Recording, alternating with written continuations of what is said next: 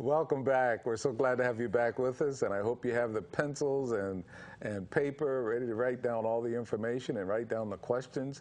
So you can either call Sally or Eric and ask these questions and say, what about this or what about that? And they can go ahead and provide those answers to you. We're going to try to provide as much as we can.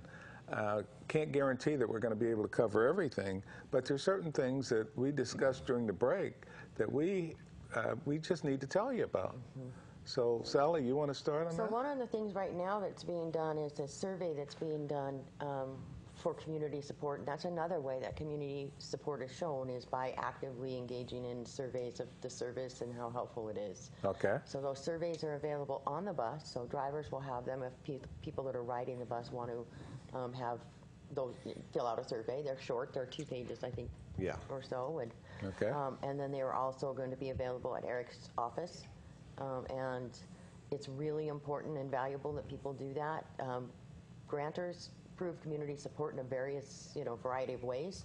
One would be community funding, but the other is just the support of the community in their use of the transportation. So what people still need. You know, we know that we're just starting. We know that Eric's done a great job with getting us off the floor and running, but not every need is met the first few months out, and we want to hear what people's opinions are about how else we could serve them and how well they're being served now, and those are all things that would be covered on that. Okay, and when they complete the survey, what do they do with it?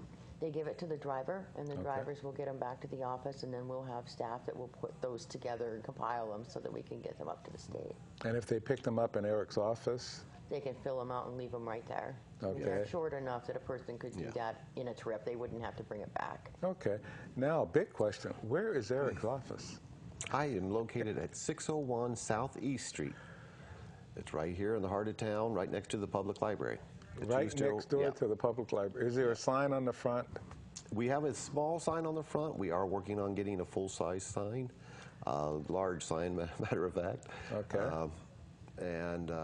Like I said, it's a 2-story building just next to the library.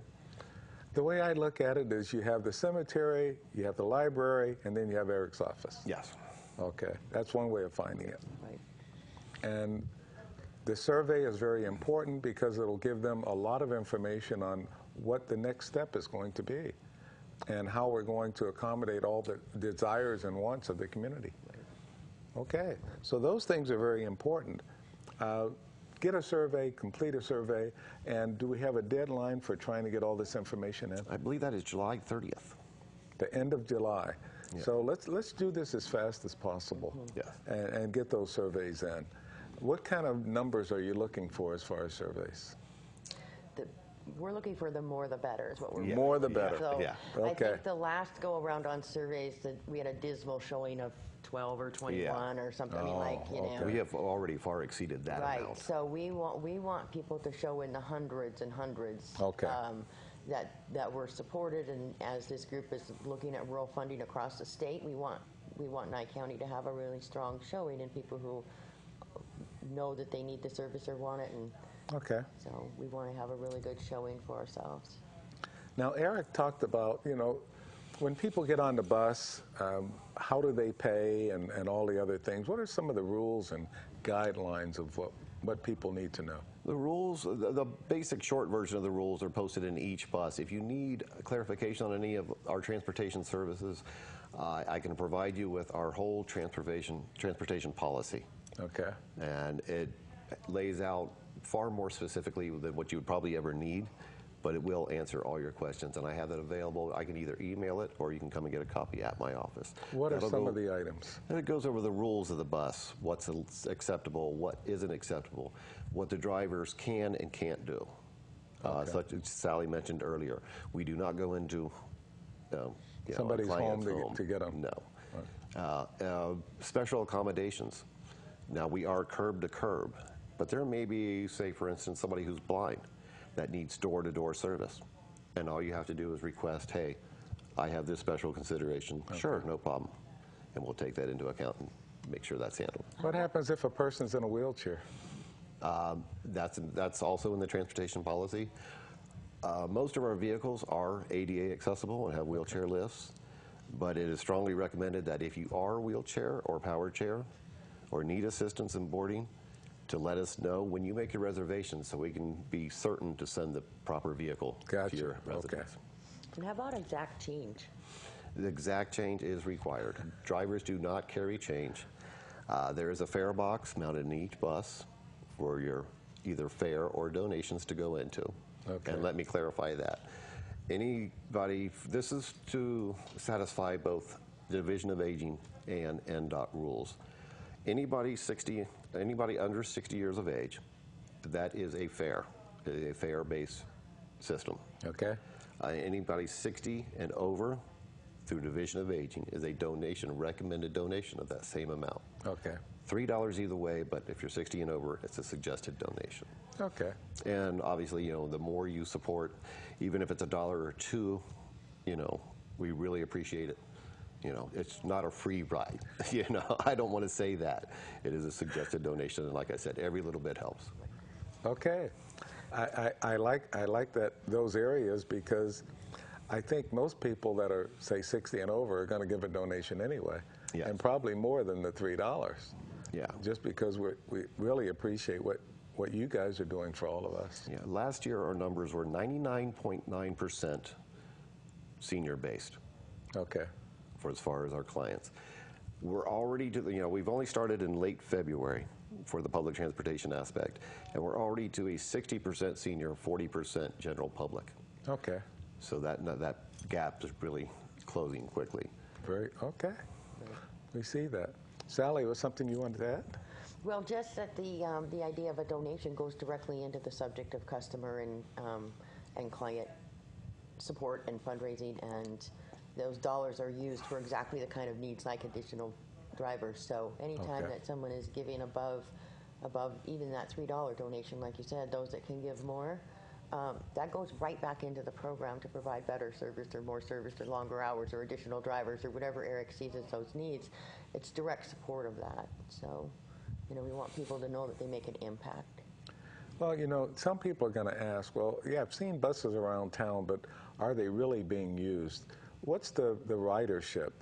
Are we still asking people to ride? Are we overloaded, or we don't have enough buses and drivers? Where are we? We are currently overloaded. Okay.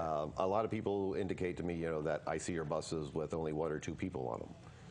Well, this is a large town, spread out, and we don't have, you know, specific stops to pick up 10 people. We are going directly to your house, and that might require a big bus to drive all the way to the south end of town, pick up one client, and bring them to a medical appointment. Okay. So you aren't going to see, you know, a typically full bus like you would in a transit system in Las Vegas. Our numbers are definitely growing and growing. Last year at this time, we would have about 10 local rides to accommodate in one day. Now we're averaging 65. Wow. And now Okay. you've got to take into consideration almost all of that 65 rides that we do that day are round trips. Okay. That's 130 trips that we're making just locally. Mm-hmm. So obviously the need is here, and we're filling it as best we can. Okay. Now, is it only Pahrump Valley that we're doing this in? Now, we also offer transportation into Las Vegas, Oh, okay. North Las Vegas, Henderson. The only place that we really don't go, and we always refer everybody to Integrity Cab, is the airport. Okay. Now, if you go into Las Vegas, what's the cost there? That's $20 per trip. Okay. Now, if you're going to Vegas and back, it's $20. If you just need a one-way to Vegas, it's still $20. Okay. So I wanted to clarify that as well, because a lot of people think, oh, I can only pay $10 because I'm only going one way. The driver still has to come back. Okay. So. Okay, that makes sense. Yes. And I guess I hadn't thought about that either, so that's good to hear. Oh, gee, you know, there's so much, and we talked, I guess, in the first session about how businesses can participate in this. So businesses, and as well as the community, Yes. by the donations, they're contributing. Mm-hmm. Businesses, are we going to go out, other than with the surveys, are we going to go out and talk to businesses, or do we want them to come in and talk to us? The committee has talked about being able to send some materials into businesses and go talk with Okay. them, putting together some marketing plans or some things like that that would let businesses help us and give things like the amount of what it would cost to wrap a bus or how they could best, help, what advertising.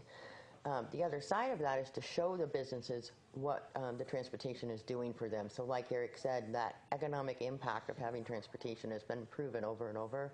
Yeah. So to start to have even our riders carry in a card that would show the retailer that they came to them through public transportation, or I spent $28 in your store today because of public transportation, and start to be able to make that impact of leaving that with a cashier. Okay. To show businesses what is that impact? How are we able to get people to you? Did they come and eat a meal at a place that they wouldn't have otherwise because they had a bus ride in?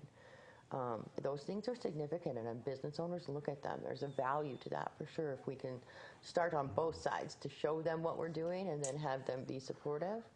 So the committee is taking on those kind of questions and ideas and trying to be creative and letting people know what transportation is doing for their business, and having our ridership help support that.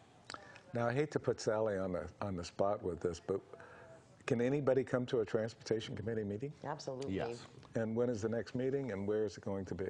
The meetings are held at Eric's office. Okay. So it's a good thing we covered where that is. And we know everybody knows where Eric's office is. Okay. They are the third Wednesday. Yes. Third Wednesday of the month at 1 o'clock. Okay. And I believe. And we are not having a meeting in July. Yeah. Okay. So we will be having a meeting the third Wednesday of August at Eric's office at 1 o'clock in the afternoon.